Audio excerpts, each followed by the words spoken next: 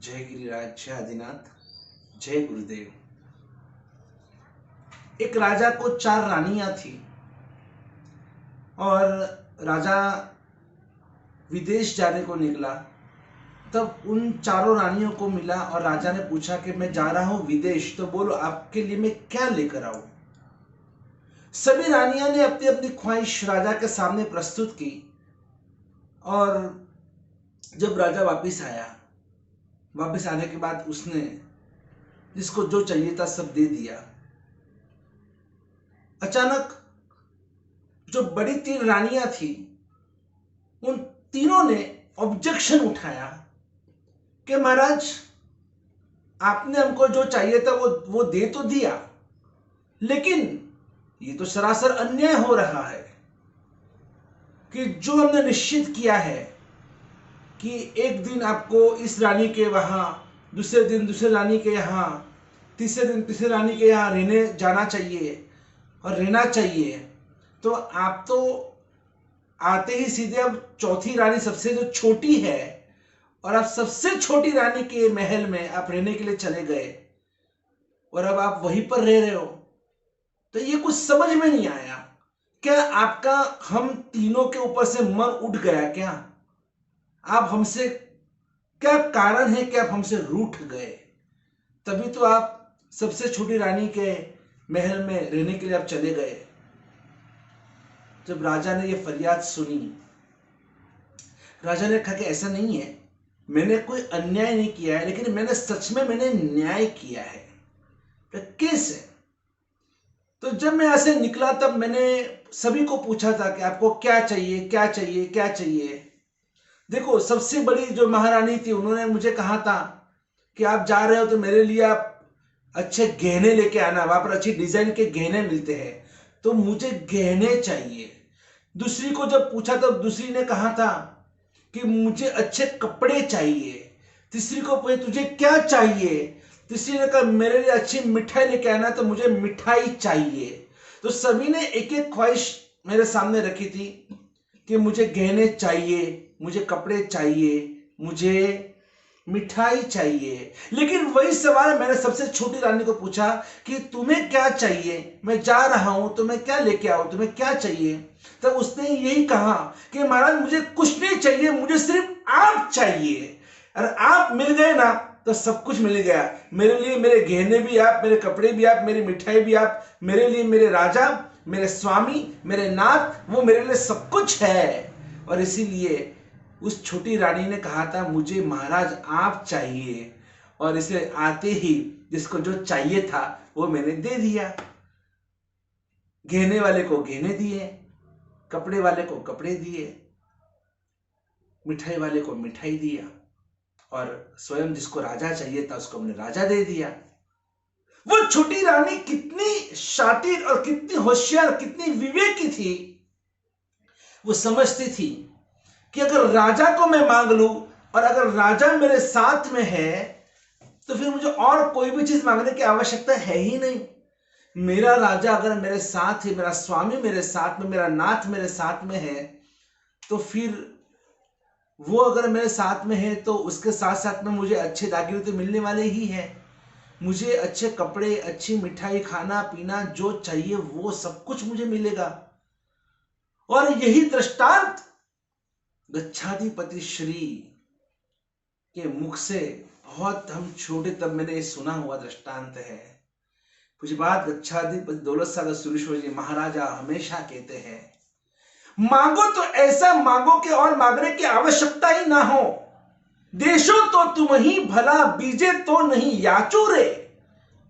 नहीं, मुझे कुछ नहीं चाहिए, मुझे मेरा राजा चाहिए, मुझे मेरे परमात्मा चाहिए।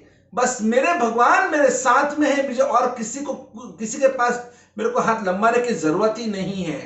जो देना है मेरे भगवान मुझे देंगे। ये मेरा जो हाथ है ना, मेरे परमात्मा के सिवाय और किसी के हाथ, किसी के सामने ये हाथ कभी लंबा नहीं हो सकता है। मैं किसी के सामने कुछ नहीं मांगूंगा, जो भी देंगे मेरे परमात्मा मुझे देंगे, मेरे गुरुदेव मुझे देंगे, मेरा शासन मुझे देगा, मेरा धर्म मुझे देगा। और इसीलिए एक कट्टरता तो जीवन में होनी ही चाहिए। और ऐसी कट्टरता, ऐसा समर्पण भाव, ऐसा प्रेम, ऐसी लागनी और ऐसी भक्ति जब हृदय में अंकुरित होगी, स्फुटित होगी, फिर देखो क्या जीवन में आनंद ही आनंद छा जाएगा। उपसर्गः क्षयं यान्ति छिद्यन्ते विघ्नवल्लय मनः प्रसन्नतामेति, आपके मन में प्रसन्नता छा जाएगी, छलक उठेगी।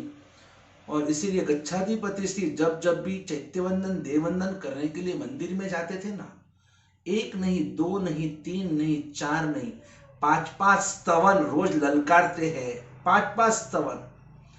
और पंच परमेश्वरा परम अलवेसरा, ये जो खेड़ा यानी खेटकपुर में बनाए हुआ स्तवन सबसे फेवरेट स्तवन है। ऐसे बहुत फेवरेट अलग अलग स्तवन है, लेकिन इसमें ये हमने कई बार पूज्य श्री के मुख से, बाकी सब स्तवन के आदेश तो हम छोटे साधु मांगते, लेकिन स्वयं खुद ये स्तवन खास बोलते थे। और 5 भगवान, आदिनाथ भगवान, शांतिनाथ भगवान, निम्नाथ भगवान, पार्श्वनाथ भगवान, महावीर स्वामी भगवान, इन सभी पंच परमेश्वरा परम अलवेसरा, ये स्तवन सीखने जैसा है और इसका भावार्थ को भी समझने जैसा है। कभी आपको अवसर मिले तो जरूर आप सीखना, समझना। लेकिन हमने ये 5-5, हम तो भागम भाग करते, चैत्यवंदन जैसे वैसे करके भागते, लेकिन ये 5-5 स्तवन पूज्य श्री इतने भावुक होकर बोलते गाते हैं, क्योंकि वो समझते हैं कि भगवान को रिझाओ। भगवान एक बार मिल गए ना, यही हमारा राजा है, यही तो हमारा नाथ है, यही तो हमारे स्वामी है, यही तो हमारे सर्वस्व है, यही तो हमारा श्वास है, यही तो हमारा विश्वास है, यही तो हमारे हृदय का सुल्तान है, यही तो हमारा सब कुछ है। और इसीलिए ऐसे परमात्मा की भक्ति में आप भी जैसे शक्कर दूध में मिल जाती है, घुल जाती है, वैसे हमें भी परमात्मा में मिल जाना है, घुल जाना है। नदी और समुद्र का जो मिलन होता है, मयूर और मेघ का जो प्रेम होता है, चातक और मेघ का जो इंतजार होता है, बस यही प्रेम, यही लागनी, यही तड़पन, यही हरखन, यही दर्शन, यही निरखन, ये सब कुछ हमारे सभी के जीवन में विकसित हो। और फिर देखो हम भी प्रभु के साथ साथ में प्रभु का भक्त भी अमर हो जाता है, स्वयं भक्त भगवान बन जाता है। और इसे इसीलिए बहुत बहुत भक्ति में आगे बढ़िए। पूज्य श्री ऐसे परम भक्त है, आगमों के भी भक्त है। पूज्य श्री को प्रत भी इतनी इतनी इतनी उनको प्यारी है, तो प्रत के साथ में प्रतिमा, ये दोनों जिसको कहते हैं ना कि विषम काल जिन बिंब जिनागम भवियन को आधारा, तो पूज्य श्री को ये दोनों प्यारे, जिन बिंब और जिन आगम। और इसीलिए तो आज देखो कातरज के अंदर एक ऐसी जो मुखाकृति, जो भगवान महावीर स्वामी जी के पंच धातु की ये प्रतिमा, और उसमें जो मुखाकृति देखने को मिलती है, क्या ऐसी मुखाकृति सारे हिंदुस्तान में, क्या सारी दुनिया में ऐसे सौम्य मूर्ति, सौम्य प्रभाव वाले, सौम्य आकृति वाले भगवान महावीर स्वामी जी की प्रतिमा, भगवान साक्षात आपको और कहीं नहीं मिलेंगे। 72 इंच के इतने बड़े विराट भगवान महावीर स्वामी जी की पंच धातु की प्रतिमा, और वो प्रतिष्ठित करने वाले पूज्य श्री स्वयं है। और उन्होंने अपनी पूरी ताकत, पूरा सत्व इस मूर्ति के अंदर डालकर साक्षात इस पंच धातु के मूर्ति को साक्षात भगवान बना दिया है। जब जब इस भगवान के सामने हम जब प्रस्तुत होते जाते हैं, दर्शन करते हैं, तो रूम रूम पुलकित हो जाते हैं। जिन्होंने कातरज आगम मंदिर की यात्रा की है, भगवान की आंखों से आंख मिलाकर सुबह देखो, दोपहर देखो, शाम देखो, तीनों टाइम आपको अलग अलग रूप परमात्मा भगवान महावीर स्वामी जी को देखने को मिलेंगे। और ऐसे भगवान, ऐसे परमात्मा के लिए बस, और ऐसे गुरुदेव जो ऐसे भगवान के परम भक्त है, हम भी ऐसे देव गुरु के भक्त बने। से मंगल कामना के साथ जय गिरिराज, जय आदिनाथ, बोलो पूज्य वर्तमान गच्छादि आचार्य दौलत सागर सुरेश्वर जी महाराज की जय हो। जय गुरुदेव।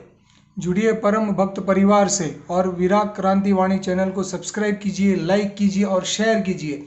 और गुरुदेव की क्रांति वाणी सुनिए हर रोज रात 9:40 पर सिर्फ पारस चैनल पर।